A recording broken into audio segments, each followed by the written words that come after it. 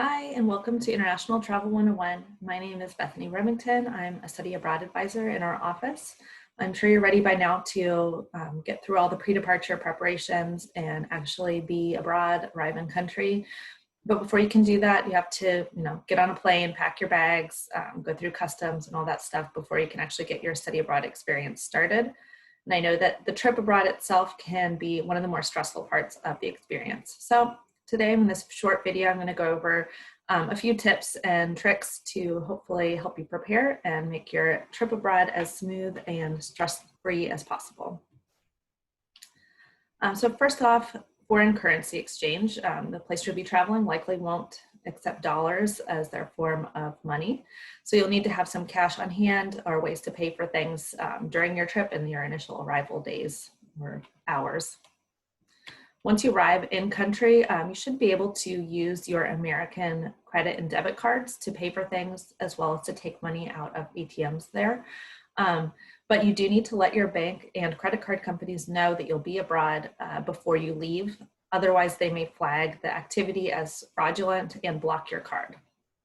So call your bank before you go, have your flight details handy, and so you can let them know the specific days will you be abroad as well as your location. And also let them know if you have a layover in any country where you'll be passing through. If possible, it's a good idea to try and get about the equivalent of $50 to $100 in the foreign currency before you go. Just basically about enough to pay for a taxi from the airport, try and think. That way you'll have some cash on hand if your credit card or debit card isn't working for some reason right when you first arrive. There are typically currency exchange counters in the airport, but usually those offer a more expensive exchange rate. So it's not the best option, and it's best to avoid that if at all possible. Usually the best exchange rate you'll get by withdrawing cash in the local currency directly from an ATM. Also note that there are usually ATM machines in the airport, but they sometimes have higher fees, or usually have higher fees than ATMs outside the airport.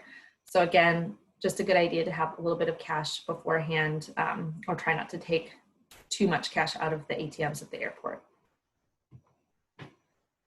It's also important to familiarize yourself with any fees that your bank or credit card company might charge you for using your cards abroad. There's usually an international transaction fee of each transaction you do abroad, could be a currency exchange fee, and there could be ATM fees both from your home and the host bank when you take money out of an ATM. So call your bank, find out what those fees are, and that way you can use the cards wisely and see which ones will have cheaper transaction fees and use those more often. Make sure you have your online banking set up. You probably already do, but that way you can monitor your accounts from abroad and make any changes, requests and stuff from wherever you're located. During your trip abroad, it's good to have multiple ways to access your money. So if you've got cash, it's also good to have a credit card, a debit card, different ways to pay for things in case one isn't accepted or if one is lost or misplaced. So try and separate them out. Maybe you have got cash in your pocket, a card in your wallet, and then another card in your purse or backpack. And also, of course, as always, be sure to keep a close eye on any bags that you have cash or debit cards in. You'll also see online information about carrying traveler's checks. Some places might recommend them.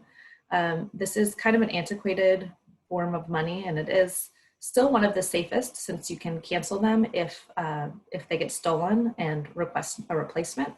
However, most establishments don't accept traveler's checks. So if you do choose to get traveler's checks, make sure you've got a backup way to pay if they aren't accepted where you're at. Okay, documents. I know one of my recurring nightmares is to get to the airport and realize that my passport has been stolen. So don't let that be you. Make sure you gather all your documents that you'll need for traveling in advance and have them well organized for the day of the travel. So obviously, the most important or the most, I guess, notable document to have is your passport. You've probably already got one, but be sure that the signature page is signed. and that the expiration date is at least 6 months after your return date from when you're abroad. Apart from your passport, you probably need additional documentation to justify your extended stay abroad. So some of those documents might include your driver's license, a visa or residency permit, acceptance letter from your host institution, bank statement justifying funds, and proof of health insurance. You'll probably also need to fill out a customs and immigration form that they'll give you on the plane, so an entry document. Before you go, it's a good idea to set up a limited power of attorney. So you can access a limited power of attorney document online. Basically, this gives someone else, a trusted friend or a family member, someone close to you, the ability to handle legal and financial matters on your behalf while you're gone. So it could be maybe depositing a check in your bank account that's made out to you, handling matters with financial aid, just to name a few. To do this, you'll have to get a limited power of attorney document that will name this trusted person, and you'll need to sign it in the presence of a notary. And most banks and post offices offer notary services for a small fee. After you've got all these documents, make sure you've got a copy of everything. It's a good idea to leave a copy of all of the documents listed above with a family member or trusted friend. You can also have another set with you, and then make sure you have a digital copy as well in your Google Drive or somewhere you'll be able to access it wherever you are. And of course, remember that if you don't have the document, it could prevent you from entering the other country or cause a significant delay. As far as bags, you're packing for a full semester and you might only have one checked bag and a carry-on, so you'll need to use your space wisely and prioritize what you'll actually need. Try to pack light. Remember, you'll be kind of carrying this stuff around with you through the airport, potentially through getting a taxi through the streets, on a train. So you want to make sure that you'll be able to handle all of your luggage by yourself. So do yourself a favor and don't pack things too heavy. Check your weight limits with the airlines. Checked bags, typically 50 pounds, but sometimes check-on bags, there's also a weight limit. They may or may not actually weigh the bag, but if it looks really bulky or heavy, they might weigh it. And then you don't want to be the person holding up the line at the airport, shuffling stuff between bags, trying to meet the weight limit. Also remember, with your carry-on bag, you'll have to be able to lift it over your head into the overhead bins. So you want to make sure that it's not too heavy. You're usually allowed one checked bag, a carry-on bag, and a personal item like a purse or a backpack. But make sure you check with your airline and see what specific ticket you have and what's included, since some might have additional fees. Just in case you're separated from your bag, hopefully you won't be, but make sure you have a luggage tag for all of your bags with your address and contact number so that the airline can contact you if you're separated from your bag. If all goes smoothly, your checked bag will arrive with you at your destination, but that doesn't always happen. So just in case, it's a good idea to have essentials, change of clothes, toothbrush, toothpaste to get you through a couple days in case your checked bag doesn't arrive. And of course, you'll always want to have essentials like your passport with you, any prescription medication that you need, directions for getting to your housing, and some contact numbers in case of emergency, change of clothes, all that stuff with you in your checked bag. You also want to have any valuables like your laptop, phone, electronic devices with you as well. Of course, the outlets you use abroad to charge your phone and for other electronic devices will be different. So do some research and see what kind of an adapter you'll need and get at least 2 adapters. And when you're traveling, I recommend keeping at least one with you in your carry-on bag, so you'll have access to it if you need to charge your phone during your trip. If you do take any prescription medications or you're bringing any with you, research the laws for transporting that and keep it in the original container with a physician's prescription. And it kind of goes without saying, but don't bring anything on board with you that might be considered a weapon. Okay, so for kind of the day of travel tips, right leading up to it, good idea to check in online as soon as you're able to, which is usually about 24 hours before. That way, if you are able to select your seats, you can kind of get the first pick of the seats. Maybe get one closer to the front of the plane if you have a tight layover. On the day of travel, try and arrive at least 3 hours early for your international flight to give yourself time to pass through customs. And when you're buying your flight, try to avoid close layovers if possible. So leave at least an hour, hour and a half in each layover. That way you'll be more likely to catch your next flight as well as have your bags arrive with you. Make sure you review the airline policies and all the fine print in advance. Check if there's any additional fees for additional bags, how many bags are included, if they charge you a fee for printing out your boarding pass at the airport, stuff like that. Sometimes discount seats or low-cost airlines tend to charge more for these extras, so you just want to be prepared before you go. If you do get confused or lost in the airport, it's no problem. Just make sure you feel comfortable asking an airport staff member. Usually there's someone that speaks English. If it's not the first person you ask, someone will. Keep your ID and passport in an accessible location and obviously a safe location. You'll be needing to show it to different people during the trip, so make sure you have it on hand so you're not scrambling in the moment. And be sure to make plans for arriving to the actual airport on the day of travel in advance. So that's one less thing you have to worry about. It can be, asking a friend or a family member to drop you off at the airport or arranging a taxi and Uber beforehand, especially if you're leaving, during rush hour or early in the morning. Once you're in the air, you can pretty much rest and relax until you arrive, or try to. Some tips for having a more comfortable flight would be to drink plenty of water. You can get pretty dehydrated in the air. Bring some snacks with you, some non-perishable snacks like granola bars or crackers. If you bring some from home, then you can avoid paying the exorbitant prices at the airport. Make sure you charge your laptop, phone, tablet, whatever you have beforehand, and download some podcasts and books and shows or movies that you can watch on the plane. If you want to sleep on the plane, which is a good idea to avoid jet lag, just try and bring maybe a travel pillow or eye shades, earplugs, whatever you think you might need to fall asleep more easily. Also, they're rare, but blood clots can happen. So if you get up and walk around every hour or so, or get up and stretch at least, that can minimize your risk of blood clots. If you experience turbulence, don't worry, it's very common, but it can come up unexpectedly. So just make sure you're following the directions of the flight attendants on board and that your seatbelt's fastened while you're actually sitting down. And on arrival day, once you get there, try and follow the local time as much as possible to synchronize your schedule and kind of minimize the amount of time you have jet lag. So try not to take a long nap, follow the local schedule, maybe go to bed a little bit earlier. That'll help you get acclimated quicker.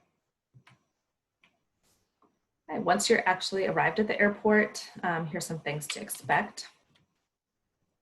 So before landing, you might be given an entry form. You'll need your flight number and your arrival address handy, and try and have a pen on hand unless you want to ask a stranger to borrow theirs to fill that out. Once you arrive at the airport, you'll just follow the signs and the instructions from the flight attendants and the airline crew. If you have a layover, you'll want to head to the next departure gate, and keep in mind you might need to pass through security again. And if you arrive directly at your destination country, you'll need to pass through immigrations and customs. Be sure to have your documents handy with you. They'll need to be given to the immigrations officials.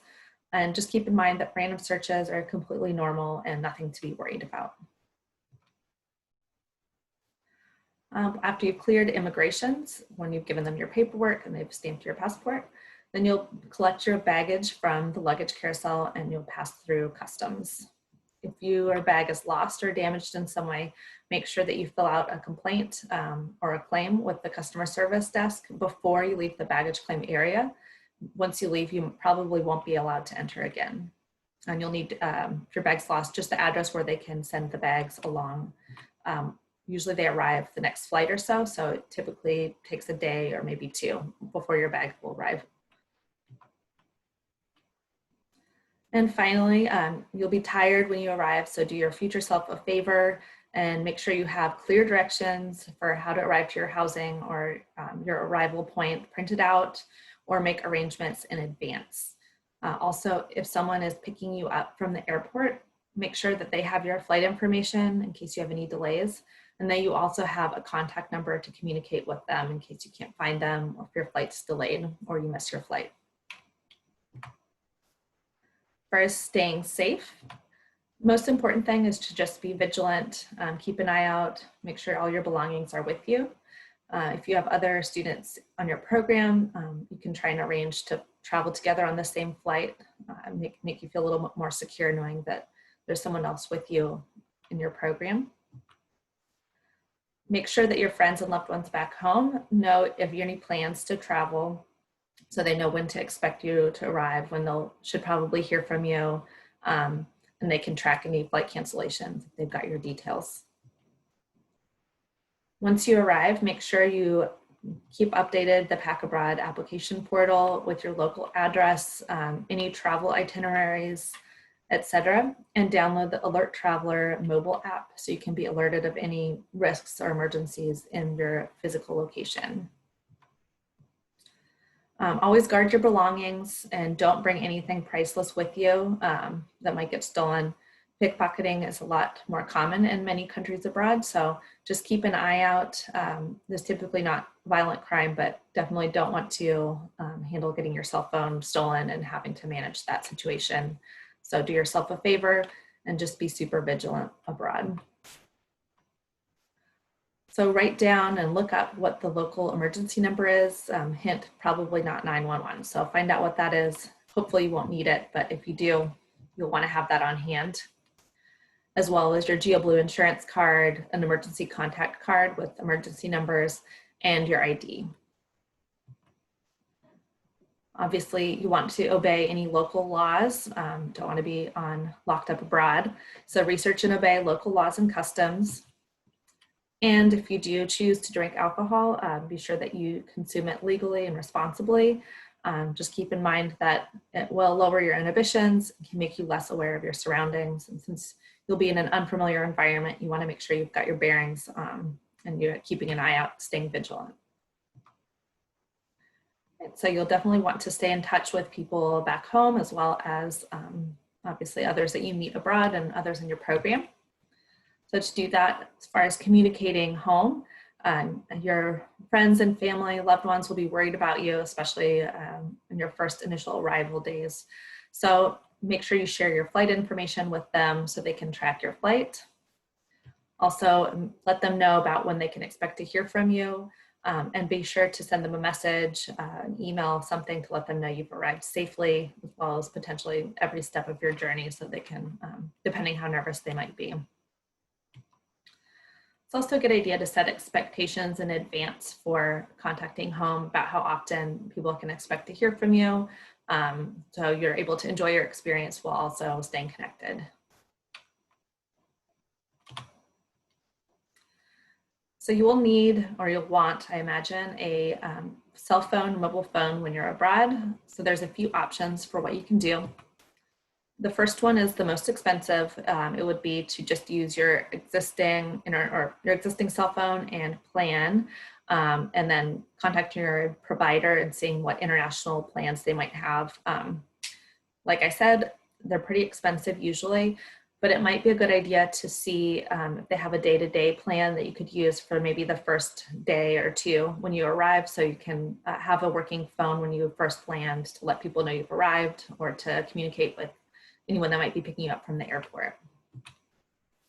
Another option would be to purchase kind of an expensive local phone when you get there, and use that on a pay-as-you-go basis.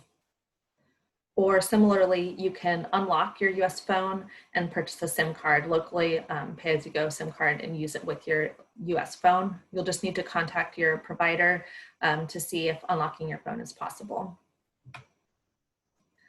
And finally, you can just use your US phone, keep it locked, and then only connect to Wi-Fi and use it under Wi-Fi. You can use iMessage and WhatsApp and other messaging services that way.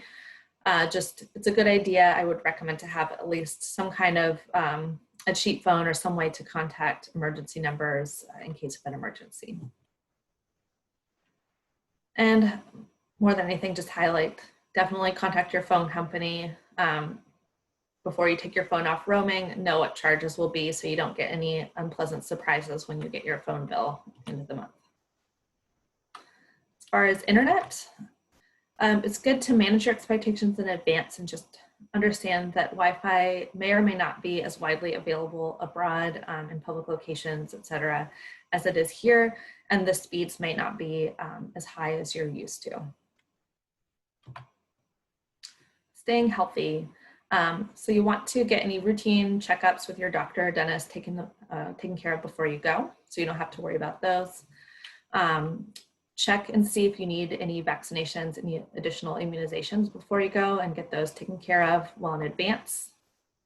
And then otherwise, just find out how you can continue your existing health and wellness routines abroad. So whether that's finding an online community or online videos to do yoga or exercises, or looking up local clubs or sports teams that you can join once you get abroad. If you take prescriptions, you'll want to make sure you keep taking those when you're abroad to avoid anything coming up. So talk with your doctor in advance, see if there's a way if you can get the prescription filled to have enough of a supply to last your entire duration of your stay abroad, or see if maybe you can, if that prescription is something that's available abroad, and if you can get a prescription filled from a local healthcare provider. Finally, if you do have food allergies or any dietary restrictions, and you're going somewhere where English is not the first language, just research how to explain that in the local language and have that written down and handy for whenever you're eating or purchasing food.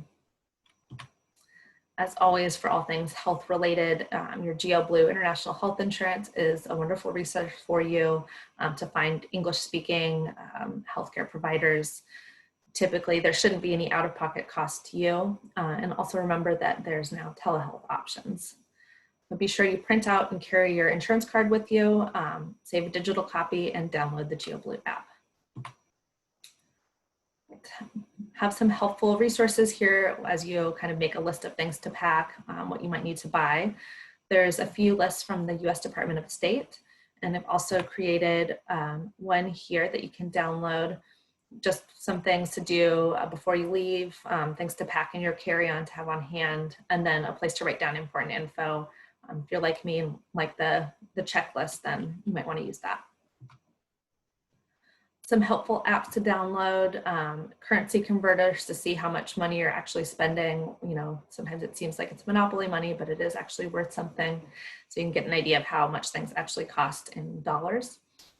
Google Translate to translate, phrases you might need. Google Maps, you can download an offline map of the place you're going. So if you don't have data or Wi-Fi, you can still find your way around, as well as Alert Traveler and GeoBlue. Finally, some COVID-19 specific travel tips. Even if you've traveled before, if you haven't traveled yet during COVID times, these are some changes or things that you should be prepared for. First, you want to check the entry requirements for your country, see if you need a COVID test before you go, what kind of test it should be, if it needs to be a PCR test, and what the window is for receiving those results before you arrive in country. Also see if you need to quarantine upon arrival. And of course, we recommend self-quarantining before departure to minimize any potential exposure before you travel. At the airport, no matter what the entry requirements are, be prepared to answer health-related questions. They might take your temperature. They might ask you if you've got any symptoms or if you've been exposed to anyone with symptoms in the last days. And keep in mind, you'll be required to wear a mask in the airport and on the airplane, so at all points during your trip, unless you're actively eating or drinking. So if you're wearing glasses, keep in mind that they might fog up if you have to be wearing a mask all the time, especially if you've got an N95 or KN95 mask, which I would recommend. So you might want to wear contacts that day or get some kind of a product to prevent your glasses from fogging up so you can actually see where you're going as you're traveling. As always, have a couple extra masks. Sometimes the elastic can break behind the ear, so have extra ones on hand. Try and get N95 or KN95 masks so that will protect you a little bit more during the flight. And have some hand sanitizer and disinfectant wipes in your carry-on at hand. Finally, just be sure to leave some extra space and socially distance while at the airport and while boarding and deplaning the aircraft. And of course, follow all directions from people that work at the airline or the airport. Great. If you have any questions, please do ask us. If you have kind of more country or specific or location specific questions related to rules or policies, then I recommend contacting your program coordinator or your host institution or program with those questions. I've got some of those contacts written down below. And if you have any general travel questions, feel free to shoot me an email as well. Thank you and have a great trip.